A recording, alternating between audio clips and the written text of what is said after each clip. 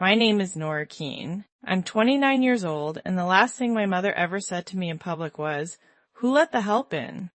She said it at my sister's wedding in a stone ballroom on a cliff in Newport with 200 guests behind her and a string quartet tuning under the windows while I stood there holding a glass of champagne I never asked for. 9 years of silence. 9 years of not being anybody's daughter. And that was her opening line. My sister turned from her photographer, saw my face, and smiled the way you smile at a scuff mark on a rented floor. "You're not invited." She was right about that. She just didn't know who was. 40 minutes later, the groom stood up with a glass in his hand and said 11 words that brought down a name 3 generations in the making. And I never raised my voice once. Not one time, not even at the end.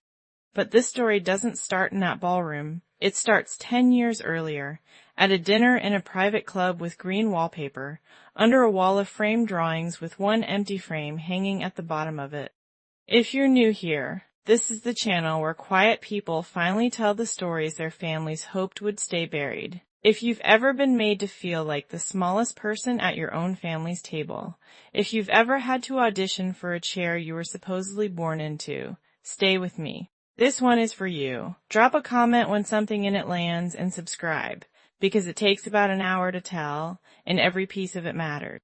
3 weeks before the wedding, a cream envelope came to our house, thick as a restaurant menu, addressed in calligraphy that probably cost more than my first month's rent when I was 20. Mr. and Mrs. Theodore Keene. My husband's mail is usually engineering conferences and continuing education notices, so I opened it standing at the kitchen counter with a butter knife, still thinking about a payroll run and a crew that was short 2 people in Fall River. Then I read the names inside. The Ashford family requests the honor of your presence at the marriage of their son, Elliot Ashford, to Sloane Vance. Sloane Vance? My sister? I stood in my own kitchen and read her name 4 separate times, as if the letters might rearrange themselves into a stranger's. The floor was cold under my feet. The refrigerator hummed. 40 miles away, my family had been planning a wedding for a year, and an invitation with my married name on it had sailed straight through every defense they had, like a bird coming in through an open window. Theo came in, read it over my shoulder, and set his coffee down very carefully, the way he does when a number on a page is wrong. "You don't have to go." "I know," I said. "That's not the same as not wanting to." He didn't argue.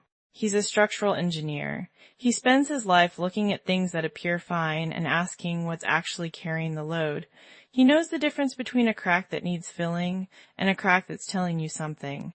So we made rules at the kitchen table like it was a job meeting. We would go to the ceremony. We would sit in the back. We would congratulate the groom, whoever he was, shake 2 hands, and be gone before anyone in my family noticed the temperature drop in the room. I bought a navy dress, quiet as wallpaper, the kind of dress designed to be forgotten by everyone who sees it. I thought I was walking in as a stranger with good manners. I was wrong about that in every direction, and the first crack showed before I'd finished my first glass of sparkling water. The estate sat on a headland above the water, all limestone and salt wind, chandeliers the size of bathtubs, valets in gray vests, gulls circling over the lawn like they'd been hired. My family always did know how to set a stage. That's the family business, technically, setting stages. Theo got pulled into a knot of engineers and architects near the bar, which suited me fine. I drifted out toward the terrace in my wallpaper dress with a champagne flute. A passing waiter had pressed into my hand, counting the minutes until the ceremony started, and I could disappear into a back row. And that's when I heard my mother's voice for the first time in 9 years. It came from the other side of a stone column. Bright, lacquered, her hostess voice, I would know it in a hurricane. 2 design families joining. Can you imagine what those grandchildren will draw? A woman laughed, and then my mother said the thing that took the air out of me like a door slammed on my hand. Sloane has always been remarkable. Our daughter, our only child, you understand? We poured everything into her. Our only child. I stood very still behind that column, the way you stand when a wasp lands on your arm. I had prepared for a lot of things that morning. I'd prepared to be the estranged sister, the awkward footnote, the girl who left. I had practiced polite sentences in the car. What I had not prepared for was being erased. Erasure is tidier than hatred. Hatred at least admits you existed. Erasure doesn't leave a body, just a clean blank space where a person used to stand. Somewhere in that crowd, my father was wearing a good suit and agreeing with every word of it, the way he'd agreed with every word for 30 years. I looked down and saw the champagne trembling in my glass, and I made my hand stop, because I learned a long time ago that in front of these people, you never tremble. The quartet started tuning, and behind me, coming closer through the crowd, was the voice that taught me that lesson. To explain what happened next, I have to take you into the house I grew up in, specifically the stairwell.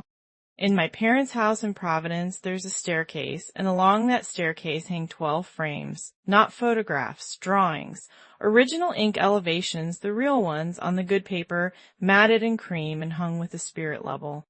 My grandfather Alistair Calder's competition drawing for the Meridian Library. My mother's first built commission, a chapel with a folded roof, drawn when she was 26. My father's fine cramped section details, great-uncles, cousins. A century of Calders and Vances in mahogany and glass, arranged so that the light from the landing window hit them at 4 in the afternoon. We called it the long wall. The way other families say, the lake house. Sunday dinners had a liturgy. My mother would go around the table and ask each of us what we'd made that week. Not done, made, and the answers got graded like a jury review. Sloane, 4 years older than me, always had something ready. A portfolio piece, a competition shortlist. A teacher's note she'd folded into her pocket at school and carried home like a communion wafer. Disowned was the investment that performed. I was the other kind of child. I could take apart the sticking window in the back bedroom and put it back so it ran like silk. At 11, I reglazed my grandmother's greenhouse panes with putty I mixed myself. But I froze and juried critiques. My drawings came out crooked and honest and got handed back with a sigh. I brought home BS the way other kids bring home mud. My mother never screamed about it. Screaming is for families without standards. She simply adjusted my share of her attention downward, quietly, the way you rebalance a portfolio that's underperforming. I want to be fair, because I've had 9 years to think about it. I don't believe she was cruel by her own lights. She genuinely believed the family name was collateral we all borrowed against, and that love was the interest you paid on the loan. Here's the detail I need you to keep, because it comes back at the end of the story. The summer I turned 14, a 13th frame appeared on the long wall, lower than the others, below Sloane's chapel study, at the height where a shorter person would see it. It was empty. When I asked my mother what it was for, she smiled like a loan officer and said, "That one's yours, pending." Now come with me to a night 10 years ago, the week I graduated high school. My mother booked the garden room at the club, which should have been my first warning, because the garden room was where the family made announcements. It was not where we celebrated things. 22 relatives. White Claws. A printed menu with my name spelled correctly at the top, which I remember noticing and feeling absurdly grateful for. I wore a yellow dress I'd bought with my own money from a hardware store job, and I felt almost pretty for about 10 minutes, until my aunt looked at me a beat too long and said, "Well, aren't you brave with color?" My graduation was technically the occasion, but the evening had a second act nobody told me about. Between the salad and the entree, my mother stood up, touched her glass with a spoon, and announced that Sloane had been accepted to graduate school. Top program in the country, full fellowship, the whole cathedral. The room came up like it had been rehearsed. My father proposed a toast to the next Vance who'd put a building on the ground. Somebody's husband immediately started talking about which firms to court in your second year. The waiter, bless that man forever, quietly set my dessert down in front of me while every single face at the table was turned toward the other end of it. So I ate a slice of chocolate cake by myself at my own graduation dinner and told myself this was fine. This was just how the family worked. Sloane's news was genuinely bigger. I had my own plan anyway. A preservation trades program at the community college. September start, tuition I'd already saved half of. I had the brochure folded in my purse like contraband. Then my mother tapped her glass again and said the sentence I can still hear in any quiet room. "And of course," she said, warm as a chisel, "we should say something about Nora." Every face turned. My mother looked at me the way she looked at a set of drawings she was about to mark up, and she smiled. "One of my daughters can draw," she said, tilting her glass toward Sloane. "The other one has lovely handwriting." And she let the pause do its work. Pauses were her chisel, too. A high school diploma is still a diploma. We celebrate what there is to celebrate. A few people laugh the way people laugh at a boss's joke. Fast, hollow, eyes on the tablecloth. My aunt mouthed something sympathetic at me across the centerpiece, which was somehow worse than the laugh. And I sat there with chocolate on my fork and 18 years of training in my spine, and I gave that room absolutely nothing, no tears, no exit, no scene for anybody to remember me by. I finished the cake. It tasted like drywall dust. Later that night, the photographer's proofs went up on the sideboard, and in the group shot on the club steps, I wasn't in it, not cropped out, composed out. My mother had arranged the rows herself, and there simply hadn't been a place where I would fit. When I asked her about it, she walked me to the staircase, tapped the empty 13th frame with one manicured finger, and delivered the family motto like a diagnosis. In this family, love is earned. That frame is waiting. What goes in it is entirely up to you. And I said, quietly, but I said it, that the frame might be waiting a long time, because I wasn't going to architecture school. My mother looked at me for a long moment, and something behind her eyes closed like a cash drawer. Then it hangs empty, she said, and everyone who comes up those stairs will know why. She went to bed. I stood at the bottom of 100 years of other people's buildings until the hall clock chimed, and then the screen door creaked at the back of the house, and a voice said, "Come sit with me, Bug." My grandmother Josephine was on the back steps with 2 glasses of iced tea already poured, because she always knew. Nana Joe, my mother's mother, which surprises people. It surprised me, too, once I was old enough to do the arithmetic on how a woman that warm produced a woman that cold. Nana Joe ran plaster for 40 years, ornamental plaster, cornices, ceiling medallions, the kind of work that takes a decade to learn and about 4 seconds to notice. She was on scaffolding into her 60s while her husband, the great Alistair Calder, collected the frames that started the long wall. Her hands are in the ceiling of the building that's on the cover of his monograph. Her name is not in that book anywhere, not the acknowledgments, not the index. "Heard the toast, did you?" she said. It wasn't a question. I sat down, and the step took my weight like it had been doing since I was 6. Then she did something she'd never done. She reached inside her collar and lifted out the chain she'd worn every day of my life, and on the end of it was a little brass plumb bob no bigger than my thumb, worn smooth and gone the color of honey. Her father's from a stone yard in Fall River. She'd carried it up and down scaffolding for 4 decades. She unhooked it and put it around my neck. It was still warm. 40 years I wore that, she said. That thing has told the truth in more rooms than everybody at that table put together, and it has never once asked anybody what their class rank was. I laughed and cried at the same time, which was the only kind of crying she permitted on her back steps. "Nora," she said, "listen to me. Nobody earns love, sweetheart." She stopped there, patted my hand, looked out at the dark yard like the rest of the sentence lived somewhere out past the fence. I would hear the rest of that sentence eventually, but not for 10 more years, and not from her mouth. 10 months after that night, the plumb bob was the only thing I owned that my family couldn't take back, because 10 months later, they put me out of the house. The college fund went first. $91,000, built since I was christened, meant for whatever school would have me. That spring my father sat me down with a folder and explained, in that mild voice of his, that the fund had been reallocated to Sloane's graduate education and her first years of licensure. "An investment goes where the return is," my mother added from the doorway. Not unkindly, the way you'd read out a tide chart. I want to be honest here. I saw the storm coming, and I did prepare. I was 19. I'd opened my own bank account the week after graduation. I'd taken my documents out of my mother's filing cabinet, birth certificate, social security card, immunization records, and put them in a shoebox under my bed. I'd finished my first 2 trade certificates at night, and I'd started picking up weekend hours with a restoration crew that was repointing a church in Pawtucket, hauling mortar, raking joints, sweeping the staging at the end of the day. I loved it. That was the unforgivable part. My mother could have survived a daughter who failed upward toward architecture. She could not survive one who succeeded downward toward the trades. In her world there were people who signed drawings, and there were people who carried things, and the second kind were background, weather, traffic. The ultimatum came on a Tuesday in April, at the bottom of the staircase, under the long wall, with my father studying his shoes.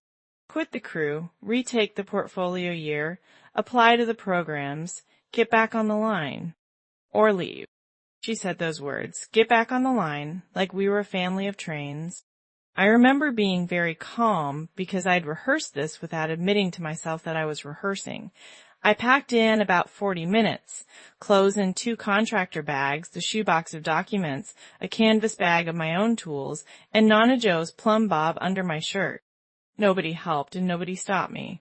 At the front door, my mother said, "You're choosing to be nobody." And I said, "I'm choosing to be somebody you don't get to grade."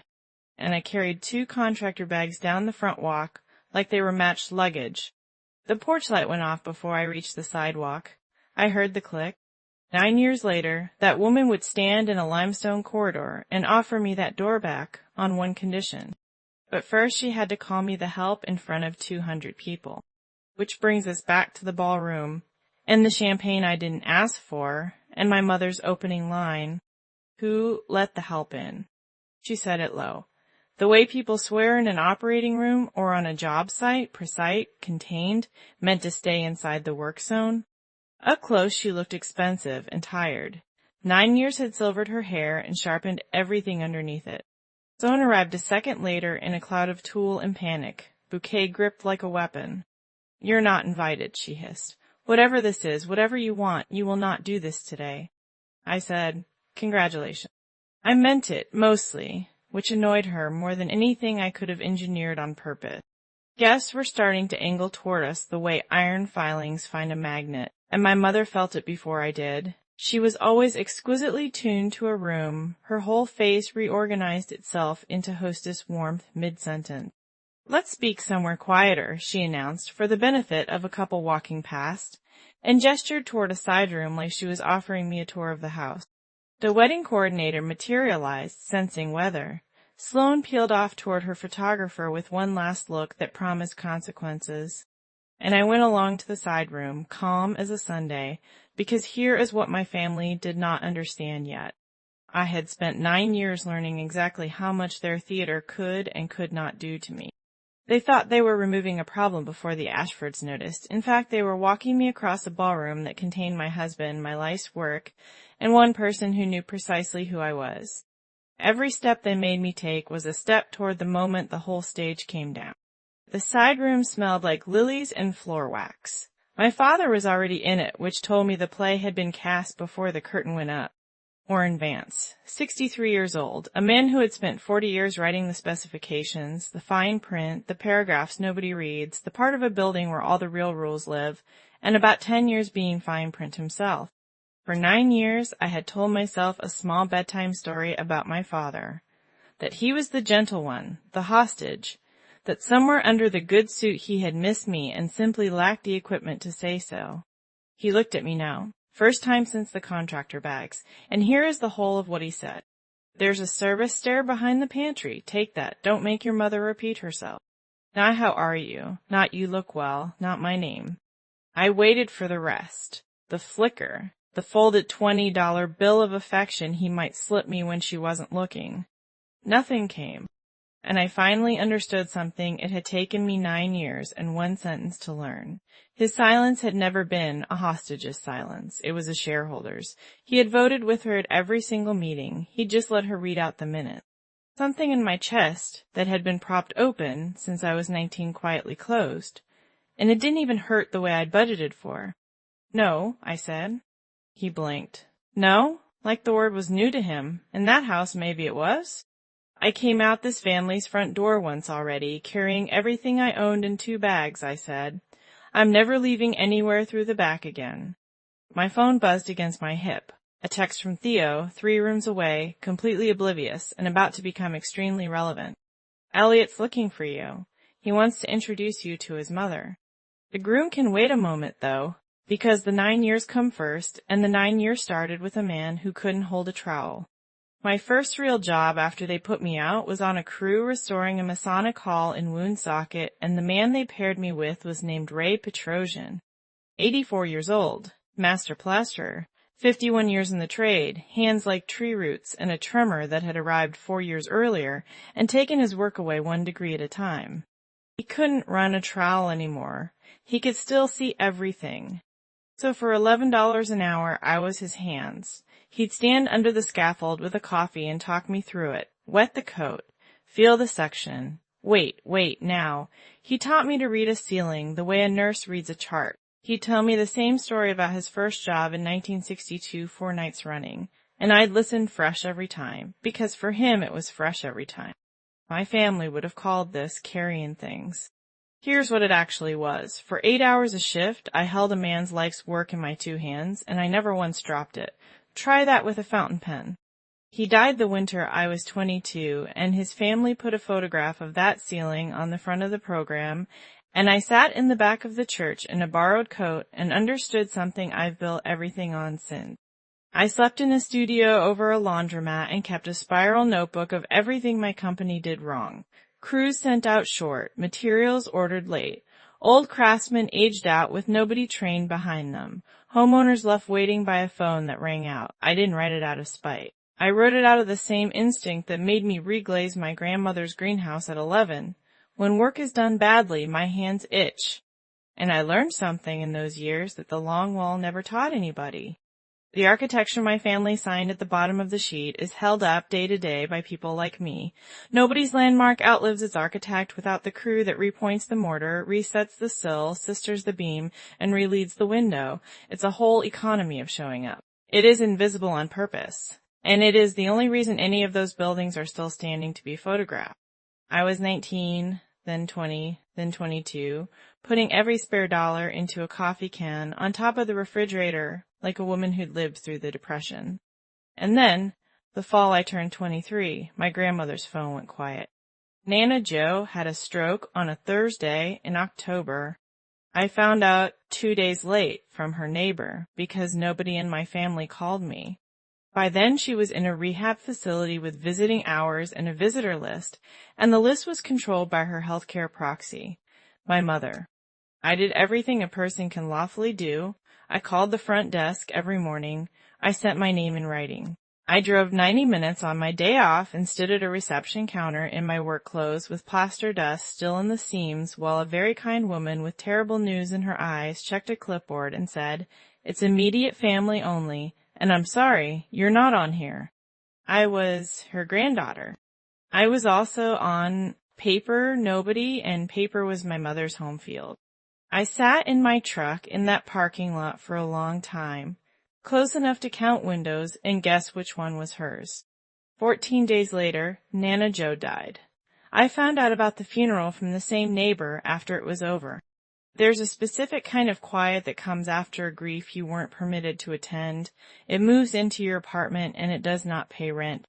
But Nana Jo, being Nana Jo, had gotten one thing past the clipboard. 9 days before the stroke, she'd left me a voicemail, 47 seconds long. I know it's 47 seconds because the screen says so, not because I had ever once heard it end. I pressed play the night I learned she was gone. I got 14 seconds in. "Nora, Bug, it's your grandmother. Don't you dare delete this." And my thumb hit stop like a reflex because her voice was alive in my ear and I was not ready for the past tense. I kept that voicemail for 6 years through 4 phones, and I never once let it finish. Grief either buries you or it pours a foundation. 8 months after we lost her, I took $14,000 out of the coffee can in the credit union, rented 2 rooms over a marine supply store, bought a used van, and started my own restoration company. I called it Trueline. Nothing to do with the family. I wanted a name that sounded like the opposite of a staircase full of frames, and if I'm honest, like a little brass weight on a wax string that never argued with anybody, and never once was wrong. My hiring policy was 1 sentence long. Hire the ones who show up. I took that spiral notebook of everything my old company did wrong and turned every single line into a rule. Crews got real wages and real backup. Apprentices got paid to learn the dying trades. Plaster, slate, leaded glass, timber framing from the last people alive who know them. Every client got a call back within the hour. Every hour I was awake, which in those years was most of them. My first contract was small and desperate, a church roof, a Friday afternoon, and a facilities manager out of options, which is the only way anybody hands a 24-year-old a job. We didn't lose a client for 2 years. Word travels fast in the showing up economy. 5 years on, Trueline had 312 people across 4 states, a training yard, and a title I still can't say without hearing my 19-year-old self laugh out loud: founder and president. If you're watching this while you build something of your own out of 2 rented rooms, while everybody who shares your last name calls it a phase, I want you to stop and hear me say this plainly. The people who wouldn't give you a chair are not the audience you're building for. Subscribe if you want the rest of this, because it's about to turn, and the next part is the part I still can't quite believe happened. One Tuesday, a phone call came in about a building nobody else would touch, and the engineer on the other end of the line had a voice I would end up hearing every single morning for the rest of my life. But hold that, because I need to take you back to the estate first.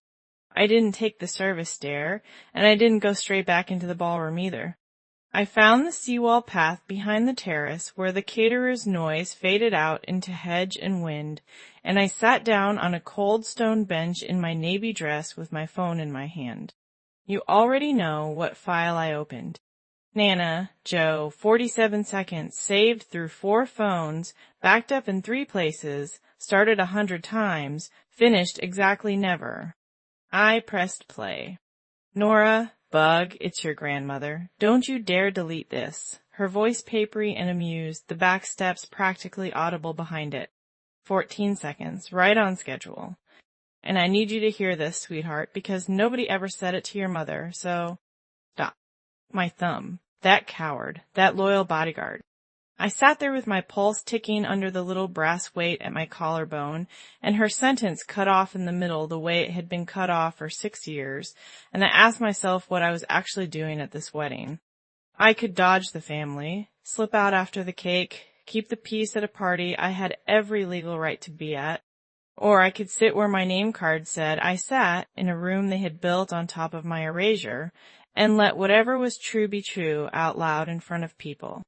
Nana Joe walked through that family's front door for 60 years in a canvas apron with lime under her fingernails, and she never once apologized for the apron, and she never once used a service stair.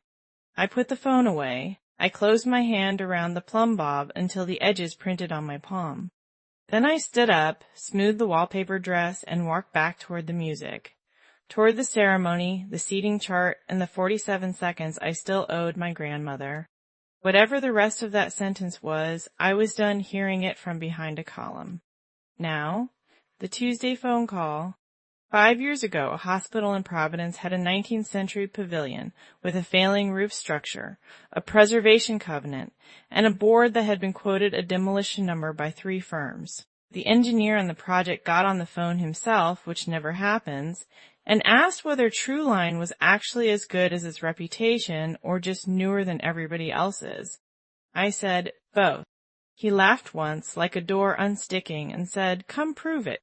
He was expecting a sales rep with a folder. What walked in was a founder in work boots who had personally done every job on the scope of work, including the worst one. Theodore Keene, 33 at the time, principal structural engineer, the kind of man who wore authority the way Nana Joe wore her apron, without needing anybody to comment on it. We argued for 40 minutes about load pass and temporary shoring, and I won twice. On the way out, he noticed the little brass weight on the chain and asked whose it had been.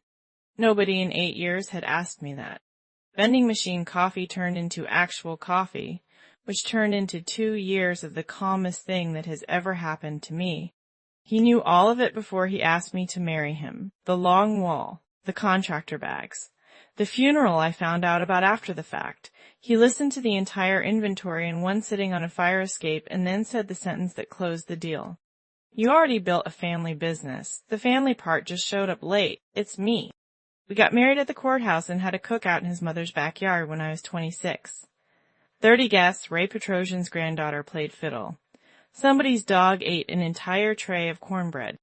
I took his name gladly. Vance had only ever been a debt. The 2 weeks before that backyard cookout, I did one last old-fashioned thing. I mailed an invitation to my parents' house. You can probably guess what happened. You'd only be half right. The envelope came back 13 days later, and here's the half you might not guess. It wasn't marked return to sender. It had been opened. Somebody had slid it cleanly along the top, read the invitation, my name, Theo's name, the date, the backyard, then resealed it in a fresh envelope, addressed in my mother's precise architectural lettering, and mailed it back to me like a rejected claim.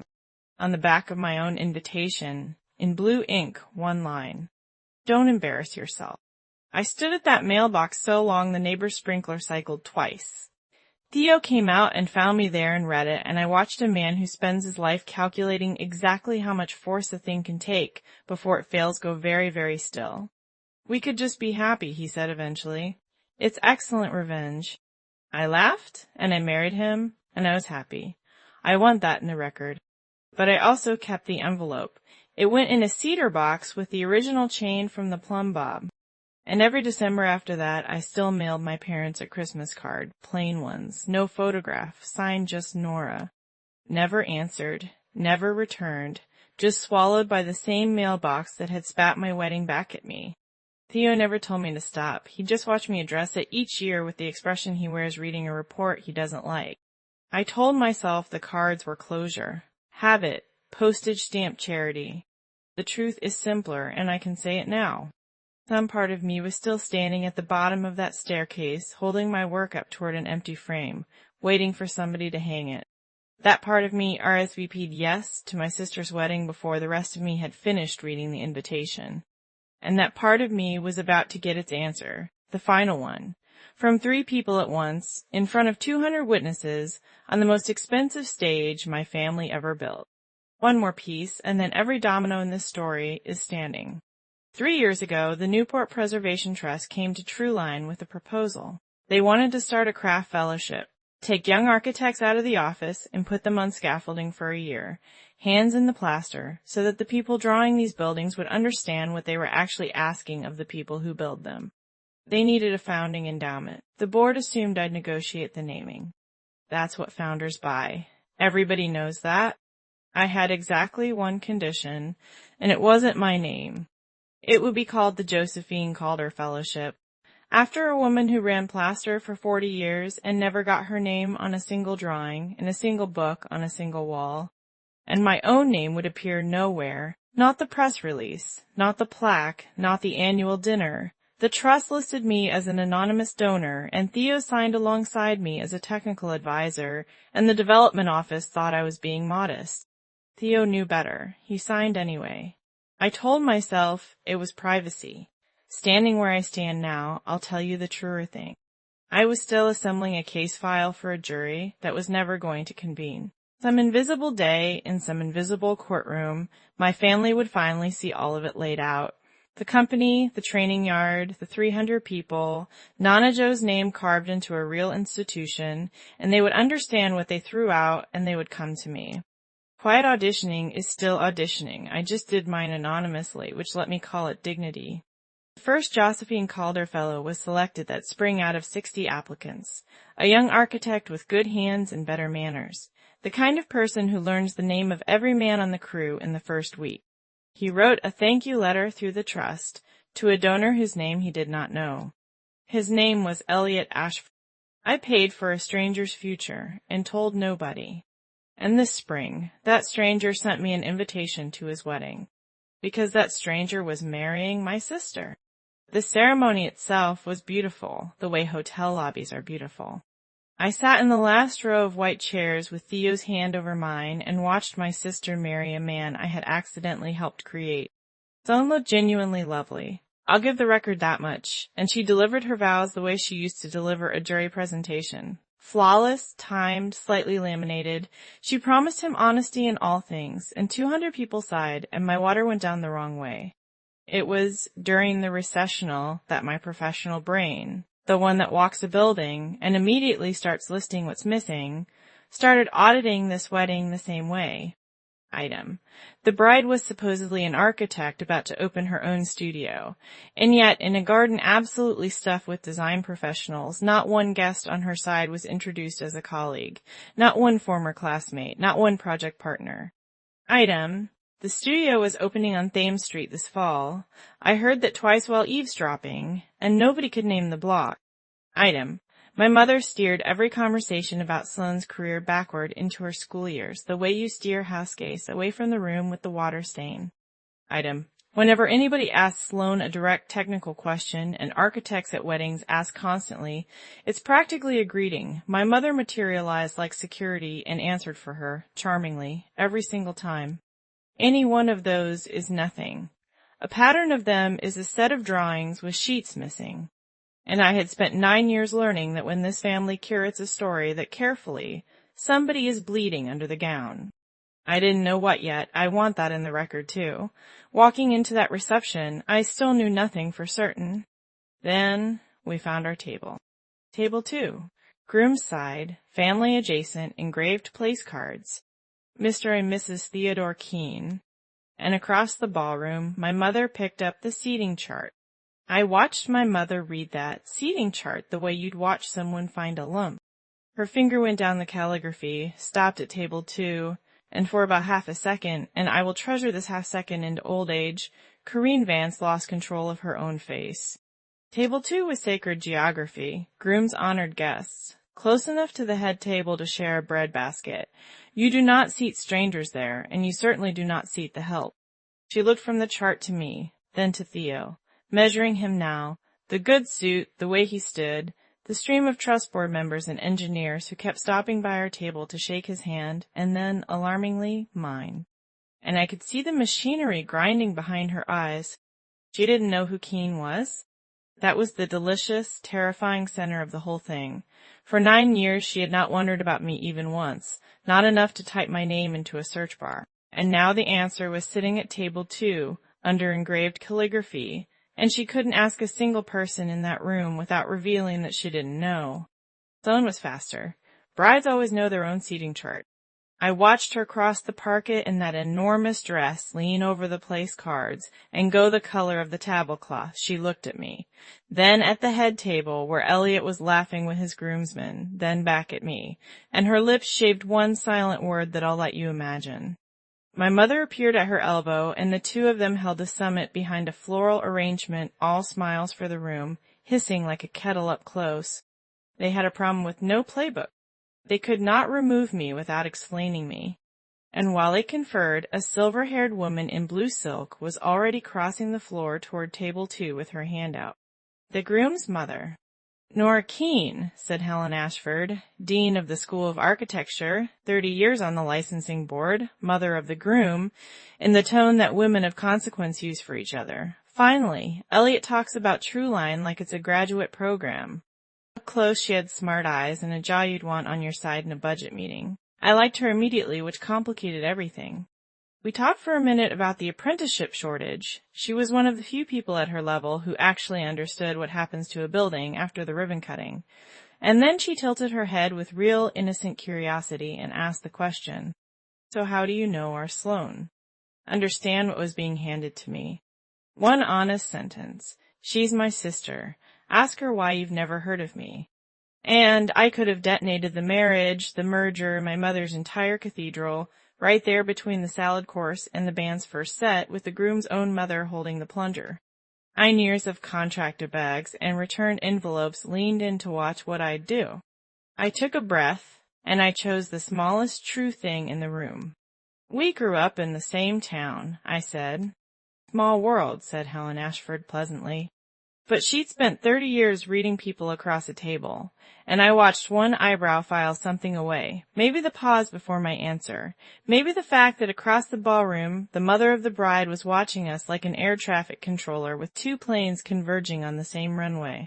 She patted my arm and moved on to charm the next table. Sloane had seen the entire exchange, and Sloane, unlike our mother, had no idea what I had or hadn't said. She got me alone by the coat check with her fingers around my wrists like a blood pressure cuff and walked me into the limestone corridor with a bridal smile stretched over pure animal panic. The second we cleared the doorway, the smile came off. Whatever you told her, Sloane said, you're going to walk it back. Now. I told her we grew up in the same town. Don't. Her voice cracked in a strange place. Don't do the calm thing. You've had 9 years to ambush me and you picked today. So I asked her the only question I'd actually brought with me to that estate. What did you tell them happened to me, Sloane? What's the story? And my sister, married 1 hour, looked me in the eye and said, there is no story. You don't exist. As far as the Ashfords know, I'm an only child. It was cleaner. Cleaner? I had imagined smears, addiction, theft, some dramatic villain edit where I'd stolen from the family and been mercifully cut loose. The truth was so much more efficient. They hadn't buried me. They'd never dug the hole. I was a line item that got dropped from the books during a routine cleanup. You'll leave before the toast, she went on, control coming back in beats, our mother's cadence settling over her like a borrowed coat. You'll have a migraine. Your husband seems polite. He'll drive you. But here's what I noticed instead of my own anger. Because 10 years of watching old men's hands teaches you to read hands. Hers were shaking. Not wedding nerves shaking, clipboard at the front desk shaking. And her eyes kept flicking down the corridor toward the ballroom, not toward our mother, toward Elliot. A woman defending one lie is annoyed. A woman defending a load-bearing lie is terrified. And terror like that is never about a missing sister. People only panic like that when one lie is standing on top of another one. Enjoy the toasts, I said, and walked back inside. I made it 3 steps toward the table, then my legs carried me straight past it, past the band, out to the coat check, where I stood holding my own claim ticket like a woman deciding whether to get on a train. Because here's the arithmetic I did in that alcove. I had come to this wedding carrying one specific, shameful hope, that 9 years might have loosened something, that a door might be sitting an inch open. I now had my answer in writing. There was no door. There had never been a door. There wasn't even a wall with my shape cut out of it. You cannot reconcile with people for whom you do not exist. So migraine, coat, husband, highway, give them a clean wedding and keep my dignity in the car like a to-go box. Theo appeared beside me. He has a structural engineer's radar for hairline failure, and read the entire calculation off my face in about 2 seconds. He didn't argue either direction. He just said, say the word, and put his hand out for the ticket. That's when the chain caught. The little brass plumb bob had worked its way out of my collar, and the clasp, worn soft by 40 years of her neck and 10 of mine, snagged the navy fabric and hung there, swinging, glinting under the coat check lamp. Dead plumb. The way it always hangs, the way it cannot help hanging. And I thought about a woman who walked through the Vance family's front door for 6 decades in a canvas apron, outranked by everyone at the table and outclassed by nobody, and who never once used the service stare her son-in-law kept mentioning. Plumb line doesn't argue with a crooked wall. It just hangs there being true until everybody in the room can see which one of them is wrong. If you're still with me, stay close now, because every domino in this story falls in the next 10 minutes. Comment front door. If you have ever refused somebody's back exit, I read those and they get me through my week. I handed Theo the ticket. We're staying for the toasts, I said. Inside, a fork was already ringing against crystal. My mother toasted first, naturally. She rose in pearl gray with a flute of champagne and gave the performance of a career, charming, warm with tolerances, every syllable load tested. She spoke about 2 designed families joining, the Ashfords and the Vances, and what a union like that means. She spoke about standards held across generations. She spoke about her pride in a daughter who had never once lowered the bar. Then she smiled at the room and delivered the family catechism, polished for export. People ask how our family produces what it produces. The answer is very simple. Everything in this family is earned, our name most of all. Nothing at our table is given away free. 200 people raised their glasses to it. I kept my hands in my lap, and I did something I had not expected to do. I heard the sentence underneath the sentence. She had said those exact words to me at the bottom of the staircase when I was 18, and somebody had certainly said them to her in that same house when she was small. A grandfather I barely met, Alistair Calder, who Nana Joe once told me graded his daughter's posture at Sunday dinner and made her recite her class rank between the soup and the fish. My mother wasn't quoting herself, she was reciting. Standing there in pearl gray at the very top of her world, she was still a girl reporting her rank to a man with a ledger where his lap should have been. And for exactly 1 breath I felt the vertigo of pity, then I put it down. You can understand a system completely and still refuse to bow to it. Nana Joe taught me both halves of that. The room drank. The band played 8 bars. And then the MC said the sentence that ended the world as my family had built.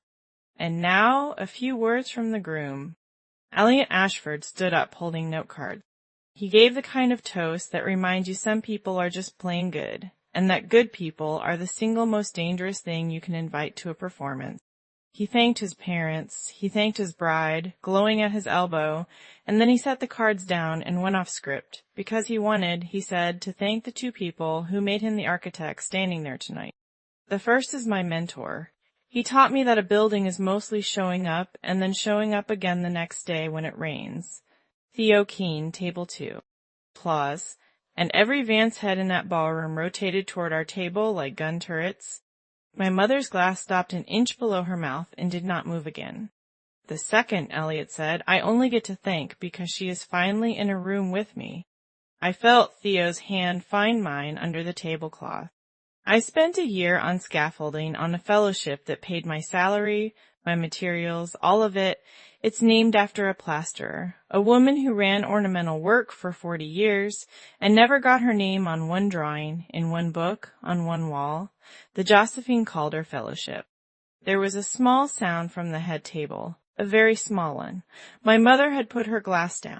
The person who endowed it wouldn't let the trust print her name, no plaque, no dinner, nothing. It took me 2 years and one indiscreet board member to find out who she was.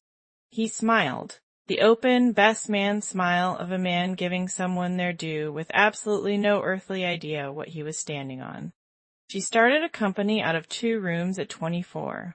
300 people now, and half the historic buildings in the state are still standing because her crews got there first. She's sitting next to my mentor because she married him. He raised his glass. Nora Keene, would you stand up? Josephine Calder was her grandmother. The applause started warm and confused, 200 people turning in their chairs. I stood because you stand when a good man asks you to. And out of the corner of my eye, in pearl gray, my mother rose out of her chair too. Not to applaud. Her face had gone the gray of old snow, and her mouth was already forming a word. What my mother said into a ballroom that had just heard the words, Josephine Calder was her grandmother, was, there's been a mix-up. She said it with a hostess laugh bolted on top of it. Nora is a distant relation. It's a complicated situation, not for tonight. And Sloane, my poised, laminated sister, chose that exact moment to lose 9 years of message discipline in a single blurt. You are not invited. At volume, past the edge of the microphone, into 200 held breaths, the silence afterward had texture. Elliot turned to his bride slowly, the way you turn in a house when something breaks upstairs. Not invited, he said. Sloane, I invited her. This is the woman who paid for my fellowship. This is my mentor's wife. Her grandmother's name is on my certificate. His voice didn't rise. It clarified, which was so much worse. How dare you? Either of you. Do you have any idea who this woman is? This is the reason I'm standing here. This is... And my mother, seeing the structure coming down around her, made her final error. She reached for rank. Elliot, dear, this is a family matter. Which family? Said Elliot Ashford quietly in front of both of them. You could hear the chandelier hum. 200 guests, architects, engineers, trust board members, the entire ecosystem my parents had spent 40 years performing for, looked from the bride to the bride's mother to the woman at table 2 who they had been told, in 100 small curated ways all evening, did not exist. I had not said a word since congratulations.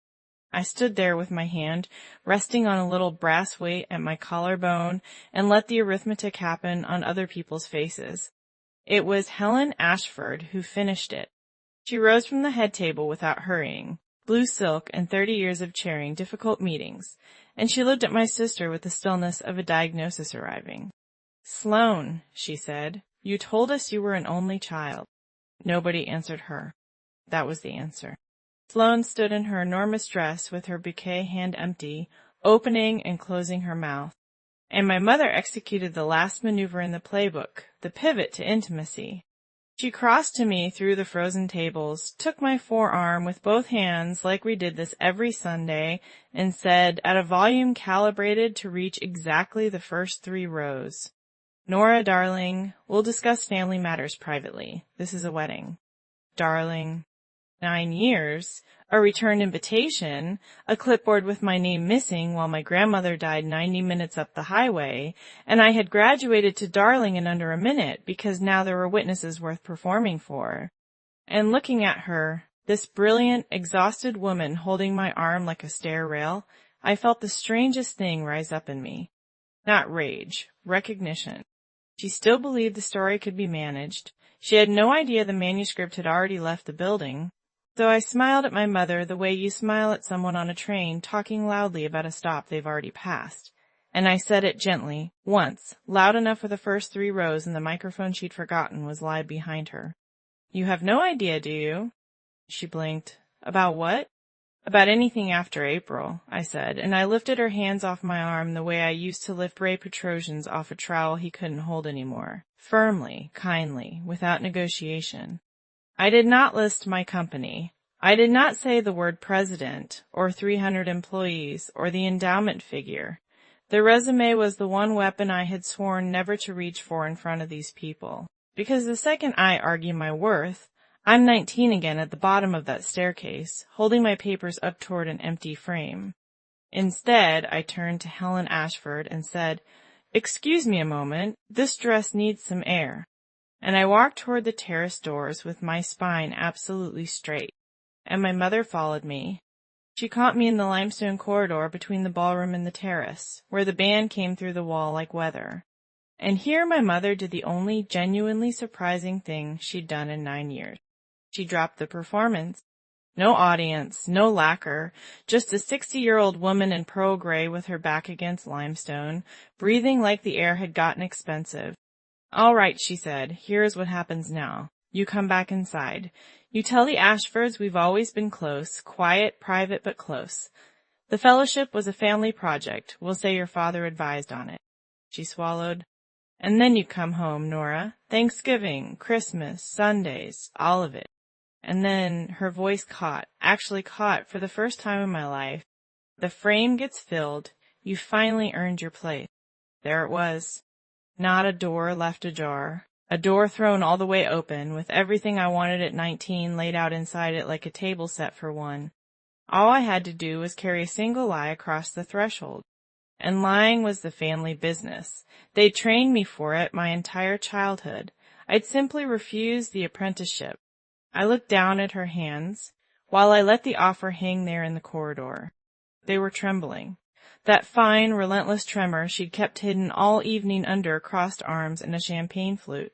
The tremor that had quietly taken her drawing hand a decade ago, a failure she outran by becoming the family's judge instead of the family's maker. 15 years of chairing juries and grading other people's work, because she could no longer do her own. She saw me see it. And something very old cracked open for exactly one sentence. "My father made me recite my class rank at that table every Sunday until I left for college," she said, flat, like map coordinates. "I gave you a family that keeps score because it's the only kind anybody ever gave me, and it works. Look at Sloan." We both heard it at the same time. The "it works," floating over a ballroom where Sloane's marriage was, at that precise moment, going into cardiac arrest. Her armor came back down like a fire curtain. "Well," she said, "the Ashfords are waiting." I looked down at the little brass weight hanging plumb against my dress, and the 47 seconds sitting in my clutch beside it, and I smiled. I walked back into that ballroom ahead of my mother, and I know exactly what she believed my posture meant, because she straightened her own and followed me in like a producer trailing her star. The room had not moved on. Rooms never move on when the bride's family is on fire. They just eat cake more quietly. Helen Ashford was standing near the head table with Elliot. When I came up, the last conversations died out politely, and she asked me the question straight, one professional to another, in front of both families and God and the wedding videographer. "Nora, before anything else is said tonight, is it true? Were you part of this family?" My mother arrived at my shoulder. I could feel the script she'd handed me radiating off her. Always close, quiet, private, a family project.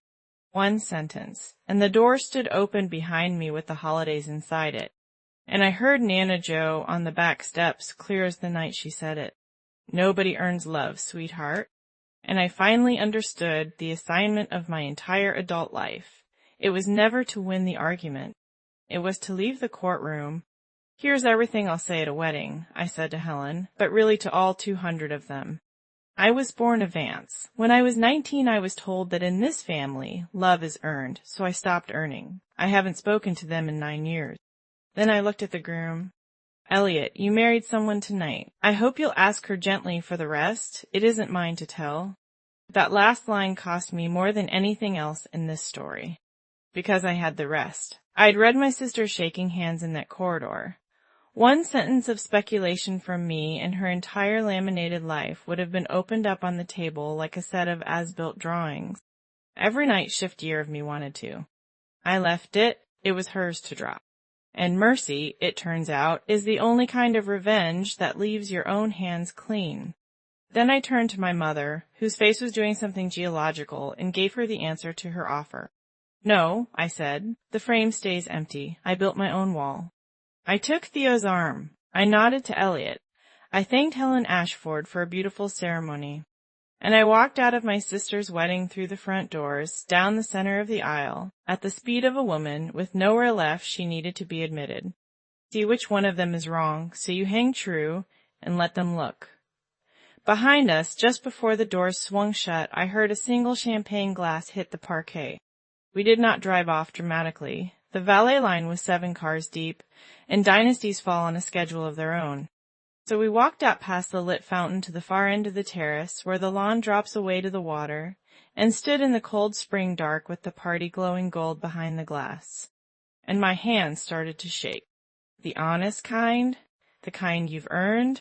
Theo put his jacket over my shoulders and asked me nothing. I took out my phone. You know the file. Nana Jo, 47 seconds.